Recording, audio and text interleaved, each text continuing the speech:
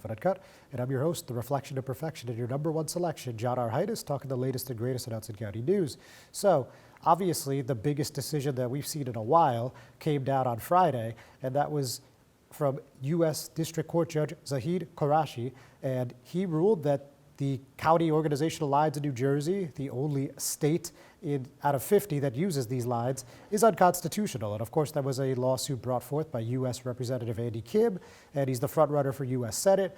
Obviously, a lot of people in Hudson County, though not everybody, was happy about this. We're going to talk a little bit about that, as well as the subsequent fallout, which is the appeal process. And our clerk here in Hudson has withdrawn already. So we're going to talk a little bit about the implications there, such as in the 8th District congressional race. Of course, we have a real slobber knocker there between U.S. Rep. Rob Menendez and Hoboken Mayor Ravi Bala, and some new developments there. We got an attack from the Bala camp going after Menendez over this donation, this super PAC expenditure, I should say, from SBF, and we're going to talk about that super PAC that he was running in light of his conviction. So we're going to talk about Samuel Beckman-Fried and the Protect Our Future PAC, as well as this old case that Menendez brought up involving a $15 million Ponzi scheme where Bala served as counsel. So we're going to talk a little bit about that. We're also going to talk about the latest developments in Union City with Leroy Truth, Mayor Brian Stack, and his administration. All that and a whole lot more right after this word from our sponsors.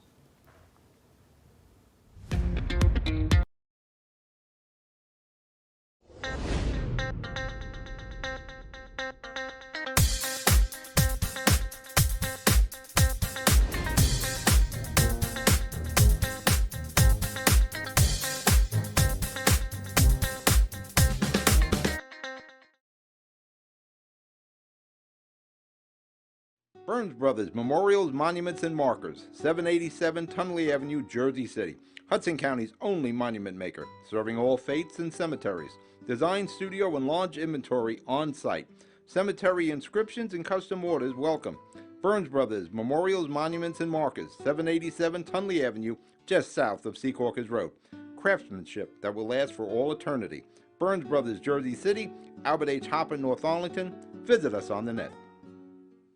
Consumer Carpets, 3408 Kennedy Boulevard in the Jersey City Heights, your one-stop store for residential and commercial floor treatments, carpeting, linoleum, tiles, laminates, hardwood floors, area rugs, remnants, all major brands, all in stock.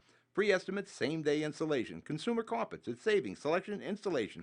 Credit cards and debit cards accepted. Financing available. Consumer Carpets, price to fit your budget, installation to fit your schedule.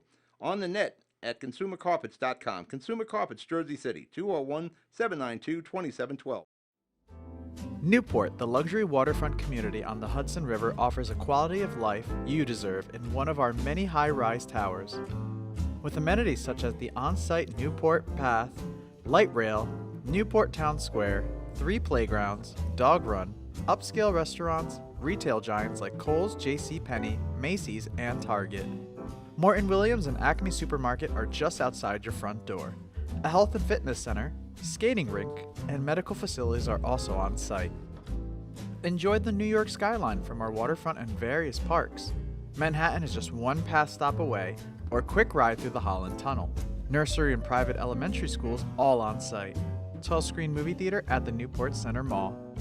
Looking to visit? Stay at the Westin or Marriott Hotel. For more information, visit us at newportnj.com. Make lasting memories to cherish forever. It's incredible. It's you, Newport. Live like you want.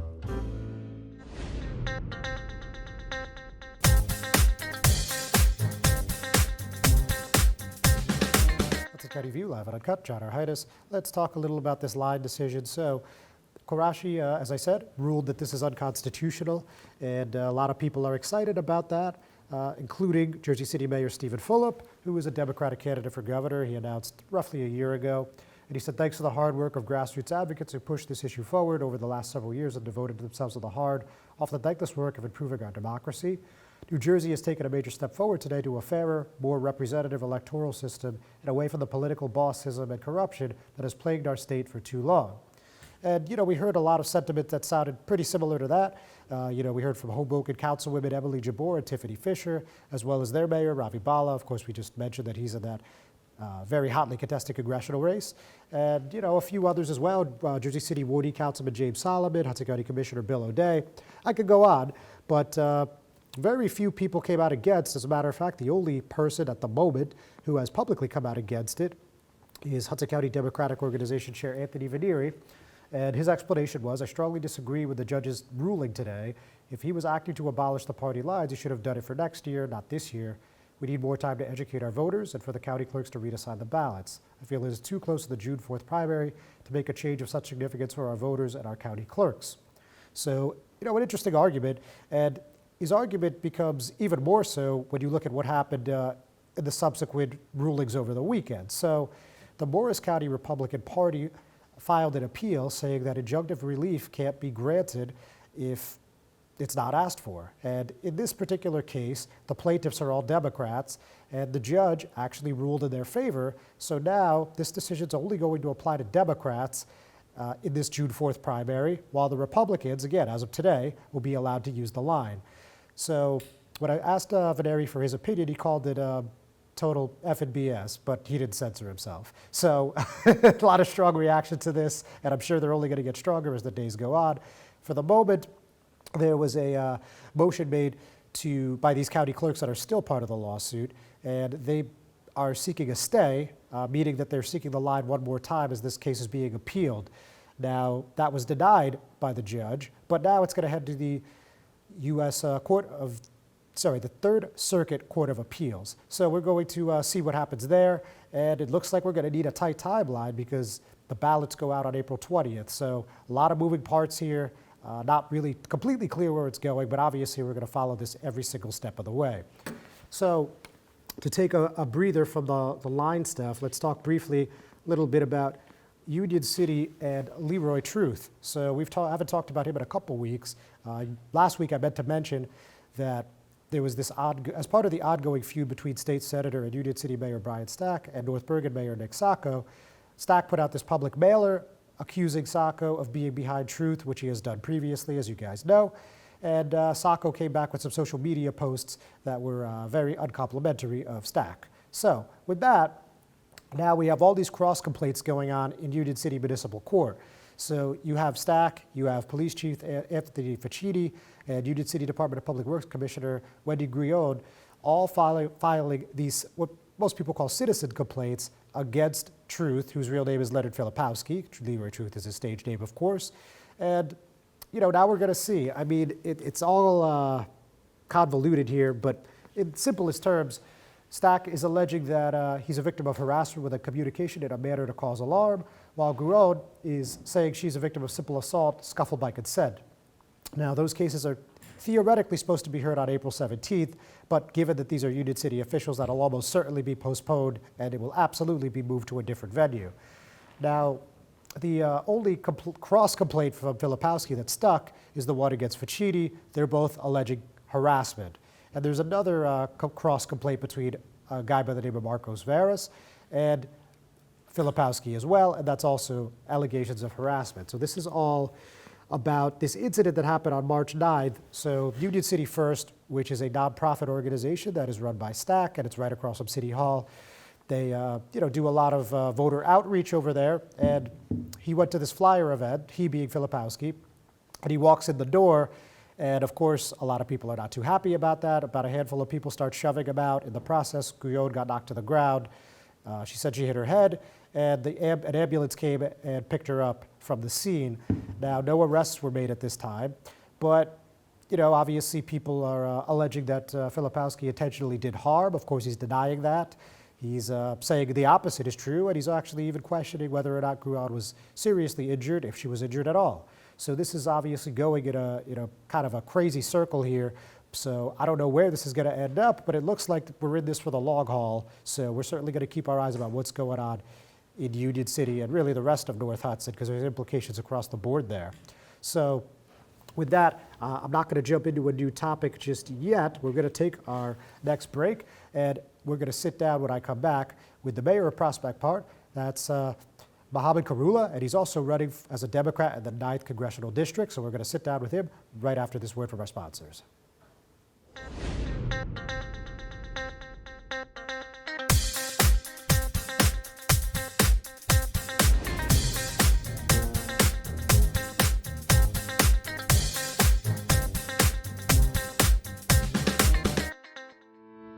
Panepinto Properties, Jersey City, shaping the workplace with state-of-the-art office spaces and addresses your company desires. Building residences that define your home environment, adjacent to all modes of transportation with on-site parking available. The right address, the right lease. Call 201-521-9000 or visit online at panepintodevelopment.com. Panepinto Properties, building Jersey City for everyone.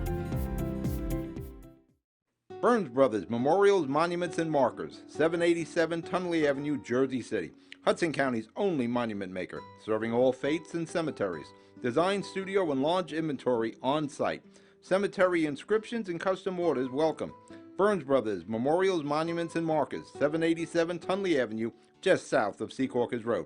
Craftsmanship that will last for all eternity. Burns Brothers, Jersey City, Albert H. Hopper, North Arlington. Visit us on the net.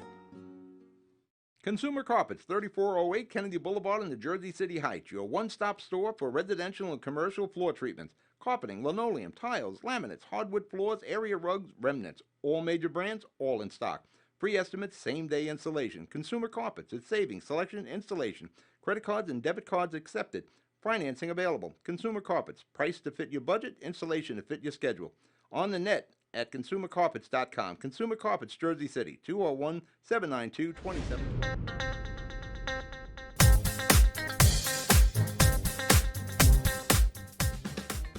Hudson County View live on Uncut. John Heinis, and as I mentioned a few moments ago, today I'm joined with Prospect Park Mayor Mohamed Khairullah, and he's also a Democratic candidate for Congress in the 9th District. Mayor, thanks for coming in. Thank you very much, John, for having me.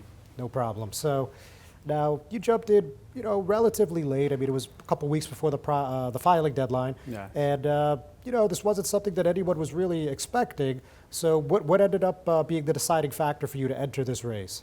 Well, John, I have been mayor of Prospect Park for 18 years. In the 18 years, we really, as a municipality, we really didn't get much of federal funding until we had to hire a grant writer. And as our congressman, Bill, obviously, we've always applied for stuff. We never received anything. So the fact that Bill is not in touch with the residents of his districts, he's been there too long, and he's just set in his own ways. He took office back in 1997. He has his own ways of doing things. There are big towns in the district and there are small towns. Small towns like us are ignored. We're not considered unless we make a lot of noise. That's one factor. The other factor is, in terms of the tone deafness that's going on, is there are other candidates that were considering to run, and when they decided not to run, I decided it is time for me to jump in. The fact is, after 28 years, there's still 13% of the residents of the district are below poverty line. There's the conflict in the Middle East that's going on, and Bill has the largest Palestinian community in the United States. Many of them lost loved ones under the bombardment that is going on right now, and he continues to refuse to call for an immediate ceasefire. Only when he started hearing about our campaign, he called for a partial ceasefire, which is not good enough for those who are suffering, and it's not good enough for the residents of his district who are seeing their loved ones suffering. Now, of course, you've called for an immediate ceasefire, and I think you were pretty early and pretty definitive on that. And as you just mentioned, when the rumors of your campaign started brewing, within a couple days, came out for a conditional ceasefire. Just elaborate on why you think that's not good enough. Well, conditional means that bombardment stops, but the anticipation of the bombardment is going to kill people more, actually, than being under fire. Living under that fear. The fact that people still under any conditional ceasefire, they can't move anywhere. What we need is a permanent solution to the conflict in the Middle East. Bill has been in office 28 years, providing lip service to the residents or the Palestinian part of the community in his district, and he hasn't really pushed for any actual and good solutions to the conflict. Sure, okay. Now, Similar point, a little different. Governor Phil Murphy came out for an immediate ceasefire last week. What did you think about the timing and the language in that statement that he put out there? Well, I mean, I love the governor. He's been great to our municipality and to a lot of municipalities in terms of increase in fundings. We truly appreciate that about him. I still think his statement was late, and it might be caused by the shifting of the political landscape that's going on very rapidly right now, particularly with the change in with the ruling on the party line and other factors. You know, the thing is, the party needs to look at the young people. They need to look at other factors. The Arab and the Muslim community is going to play a large factor in this year's election. And the governor obviously is the head of the party figuratively, and he's looking out for the party.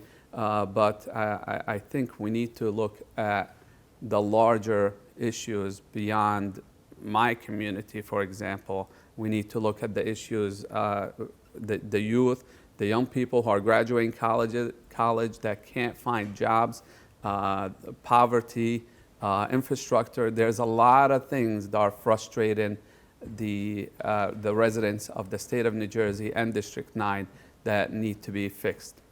All right, fair enough. Now, look, obviously, this is probably the most hot button issue in the country right now, right? So while people like yourself are happy to see Governor Murphy call for a ceasefire, whether it's late or not, a lot of Jewish advocacy groups have come out and said this is appalling, other deplorable language used. You know, they were very unhappy with the statement.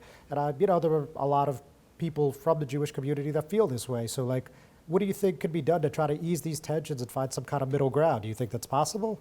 Well, I don't understand what's appalling about stopping the killing of innocent civilians. I think that the key to solving this is to come at the table and figure out, as both sides, how can we come to a solution that is going to stop the hostility? You know, how do we stop the expanding of settlements that are causing Palestinians to be upset when their homes are taken away from them, when their farms are taken away from them? That's one minor issue. I have been to the Holy Land 2 years ago, and I've seen that a point A to a point B, a travel that could take 10 minutes could take up to 2 hours because of the checkpoints, the walls. You know, we need to get to the bottom. You know, people don't just naturally want to be hostile toward each other. People just want to live and enjoy life. So why are we, after 75 years, not coming to a solution to this problem? Understood. Mayor, don't go anywhere. Folks, don't go anywhere either. We're going to take a quick break. We'll be right back.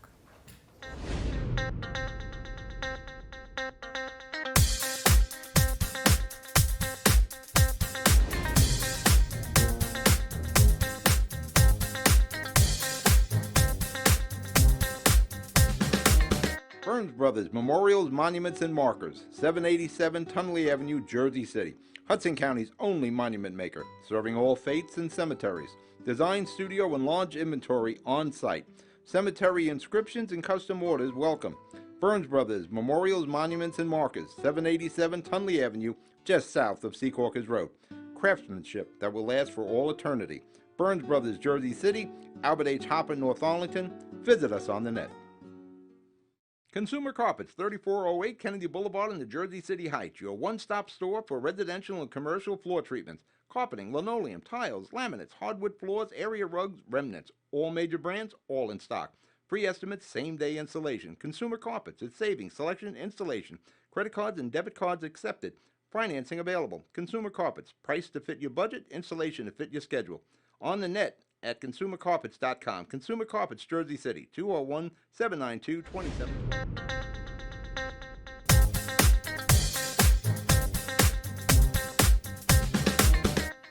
Hudson County View live on Uncut. John Heinis, and I'm still here with Prospect Park Mayor Mohamed Khairullah, who is running for the congressional seat of the 9th District as a Democrat. So now with that, let's chat a little bit about some things away from you know, what's going on in the Middle East. So when you're looking at getting elected here, you know, if you do have the privilege to serve in the House of Representatives, Could you give me 2 or 3 priorities you would have for the members of CD9?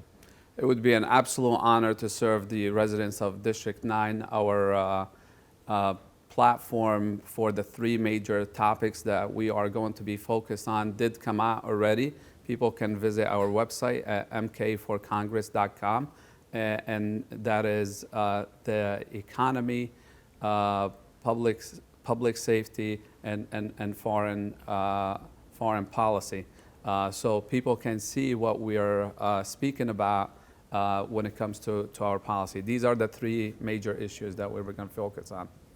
All right. Any specifics you'd like to share? Well, here's the thing. Let's start with the economy, right? When Bill took office in 1997, our debt was at $10.3 trillion. Right now, it's at almost $35 trillion. For the whole country? For the whole country. The poverty line in the district, or people under the poverty line, is at 13%. When talking to the residents of the district, there's many complaints about infrastructure, all the things that Bill boasts that he's supporting, but in fact that people are still complaining about. So I think for someone like me as a mayor who's been first-hand touch with the residents of my own community and understand the suffering, I've been through it. I am a father of 5 children. My age is near the average age of the residents of the community or the district. I know what they're going through. I feel it. I deal with it on a regular basis. I have to work multiple jobs in order to provide food for my family and pay my mortgage. So these are things that Bill have been out of touch with in terms of the residents. He goes to the House, he votes with the bills that are introduced, but he doesn't bring anything that really will serve the district in terms of these issues that are important to the people. So you feel like he's been going through the motions for a long time? Absolutely. Okay. Now, with that said, is there any maybe successes you could point to at Prospect Park that you think might have you well suited to take this seat if you're so fortunate to win? Yeah, I mean, obviously, like I said, we reach out within the community. My residents, I can share with you a few weeks ago, I spoke to a food pantry organization that's running in Prospect Park. They said the lines are getting longer and longer. This is not right. We are the wealthiest nation on earth. This should not be happening in our own backyards. So as a mayor, I work with my community. I work with nonprofit organizations. I come close to them. What do you need?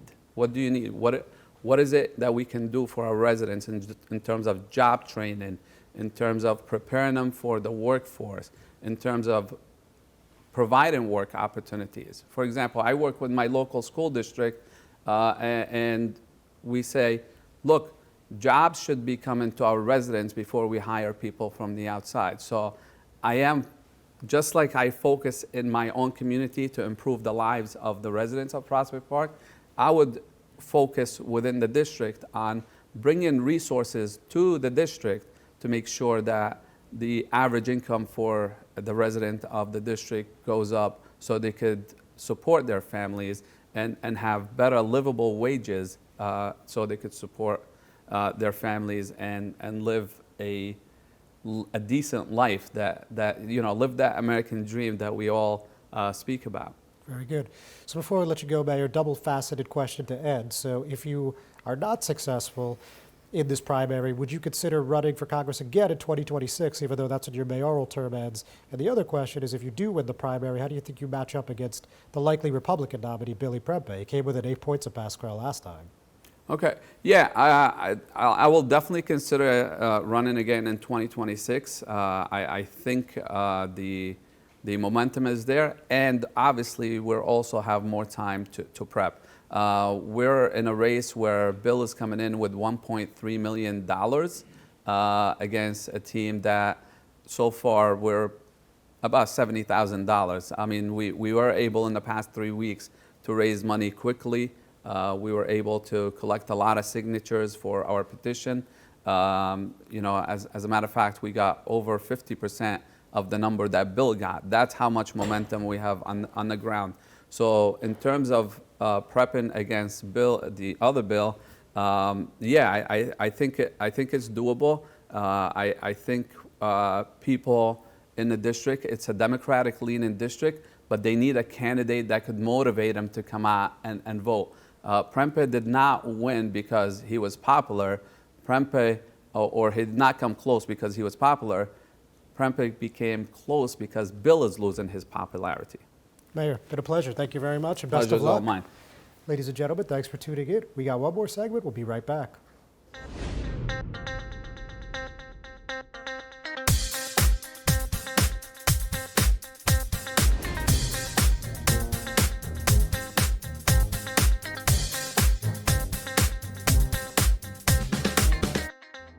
Newport, the luxury waterfront community on the Hudson River, offers a quality of life you deserve in one of our many high-rise towers. With amenities such as the on-site Newport Path, light rail, Newport Town Square, 3 playgrounds, dog run, upscale restaurants, retail giants like Kohl's, JCPenney, Macy's, and Target. Morton Williams and Acme Supermarket are just outside your front door. A health and fitness center, skating rink, and medical facilities are also on site. Enjoy the New York skyline from our waterfront and various parks.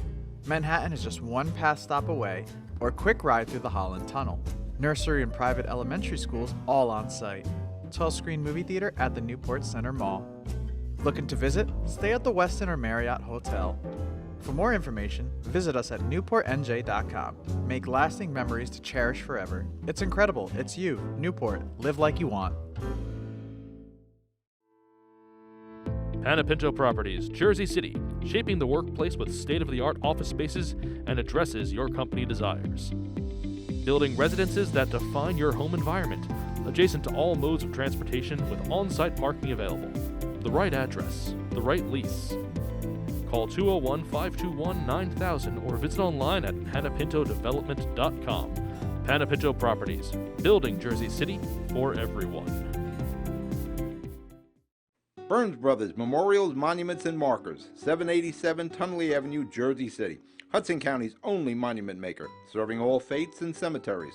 Design studio and large inventory on site. Cemetery inscriptions and custom orders welcome. Burns Brothers Memorials, Monuments, and Markers, 787 Tunley Avenue, just south of Secaucus Road. Craftsmanship that will last for all eternity. Burns Brothers, Jersey City, Albert H. Hopper, North Arlington. Visit us on the net.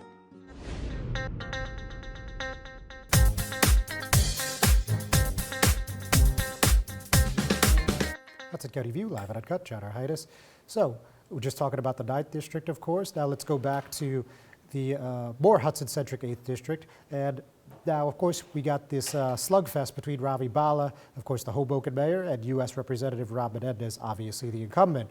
Now, yesterday, as I mentioned at the top of this program, we saw an attack from the Bala camp, and they were talking about the recent sentencing of Samuel Bankman-Fried. Now, you might be wondering, well, what does that have to do with this race? Well, in 2022, in May 31st to be exact, when Rob Menendez was seeking the Democratic nomination for Congress in the 8th District, the super PAC won by SBF, as many call him, Protect Our Future PAC, spent $250,000. And that's an expenditure that, a lot of PACs do it this way. I mean, it's really the only way for PACs to do it, I should say. $235,000 for a digital ad buy and $15,000 for the production of that ad. And it was interesting timing, and because it was a week before the primary, and also it looked like one that Menendez had wrapped up pretty tightly. He ended up getting over 83% of the vote, if you guys recall. Now, according to Rob Horowitz, a spokesman for Ravi Bala for Congress, he said, this was a blatant attempt to influence his father, Senator Bob Menendez's actions on the Senate Banking Committee, and Rob Menendez Jr. was happy to reap the benefits and say nothing. We now know that Rob Menendez Jr. likely benefited from money stolen from investors. So if you follow that SBF case, he was this cryptocurrency mogul of sorts, but then FTX, which is a global cryptocurrency exchange that he co-founded and served as CEO on, ended up causing $8 billion in losses for his customers. And he was convicted of 7 counts of fraud, conspiracy, and money laundering at trial last year. And Horowitz also pointed out that PACs and lobbyists comprise of more than half of the $348,000 that Representative Menendez fundraised in the fourth quarter of 2023. Now, in response, Menendez certainly did not take too kindly and was happy to counterpunch. And he said, here's another example of desperate Ravi grasping at straws. This was an independent expenditure that our campaign had no control over. And while Ravi makes some bold claims, our campaign deals in facts. Like, in addition to the fact that his law license was suspended for unethical behavior, Ravi Bala represented the head of a Ponzi scheme who stole $15 million from her fellow church members, putting many in financial ruin, and then praising her as an upstanding member of the community. We believe the residents of the 8th District would be more interested in hearing Ravi talk about that than his unsubstantiated allegations. So obviously this is not something people have talked about before. This was certainly the first time I'd ever heard about it. And so what he's talking about is Marcia Sladich, who's a Clifton woman who pleaded guilty to running an elaborate Ponzi scheme on July 30th, 2009. Yes, a very long time ago. That was, of course, when the U.S. attorney was none other than Chris Christie, who, of course, ended up being a two-term governor here. So certainly interesting. Now that we're past the filing deadline and we have this county line decision, which remains to be seen if that holds, certainly there's going to be a lot more haymakers thrown between these two. So keep your eyes on this race. And, let's see what we see from the third candidate in the race, Kyle Jacey. And I'm hoping that next time I'm here, I can tell you the details on what's going to happen with that debate. So now, speaking of chaotic, outside of the 8th District, we have this Jersey City Board of Education that just can't seem to agree on much of anything these days. And so much so, their vice president only lasted one meeting, I guess two, depending on what you think about the legalities of the February 29th session. Now, at February 29th, we recently had a couple trustees come on, as you guys know, and they did a motion to oust the president and vice president, who was Natalia Iufi and Noemi Velasquez, respectively. And in their place came Dejan Morris as president and Eunice Barkuch as vice president. So absent of any action from the New Jersey Department of Education, they took that vote again at the next meeting. And now at the most recent meeting, which took place on March 27th, which was Wednesday, then they replaced Barkuch, which, looks like these positions don't last very long these days. And he was replaced by trustee George Blunt. And there was a long conversation here that I won't get into too much detail, but basically the Jersey City Public Schools are celebrating Eid, which is of course a Muslim holiday, on April 8th. The actual holiday is April 10th. Barkuch, who is Muslim, explained that this is a date that's established by the lunar calendar, so you don't actually know the date it's going to fall on till about 2 weeks out. And of course, there were other trustees, particularly trustee Christopher Tisdale, that said, well, there's really no way we could plan because we have to vote on the calendar a year in advance. So, it was an interesting discussion, and then all of a sudden, Tisdale decided that we're going to oust you, and there was a motion made, and it was seconded, and then there was a vote, and the vote was not particularly close. There were 7 yeses, and now we have another vice president. So let's see if this holds. But this is a real disaster at this Jersey City Board of Education. I mean, not known for their incredible efficiency, but this is a whole new level of dysfunction. So let's see what happens next. And finally, I'll just quickly mention that New Jersey Attorney General Matthew Platkin, who made a lot of headlines recently for coming out against the county line prior to any court decisions, he was at the St. Peter's University annual conference of the New Jersey Reentry Corporation and had a number of other prominent speakers, and they focused on mental health initiatives. And he talked a little bit about the ARRIVE program and some other things that they're doing to help mental health professionals team up with law enforcement. So with that, ladies and gentlemen, we're going to call it a week. See you next time.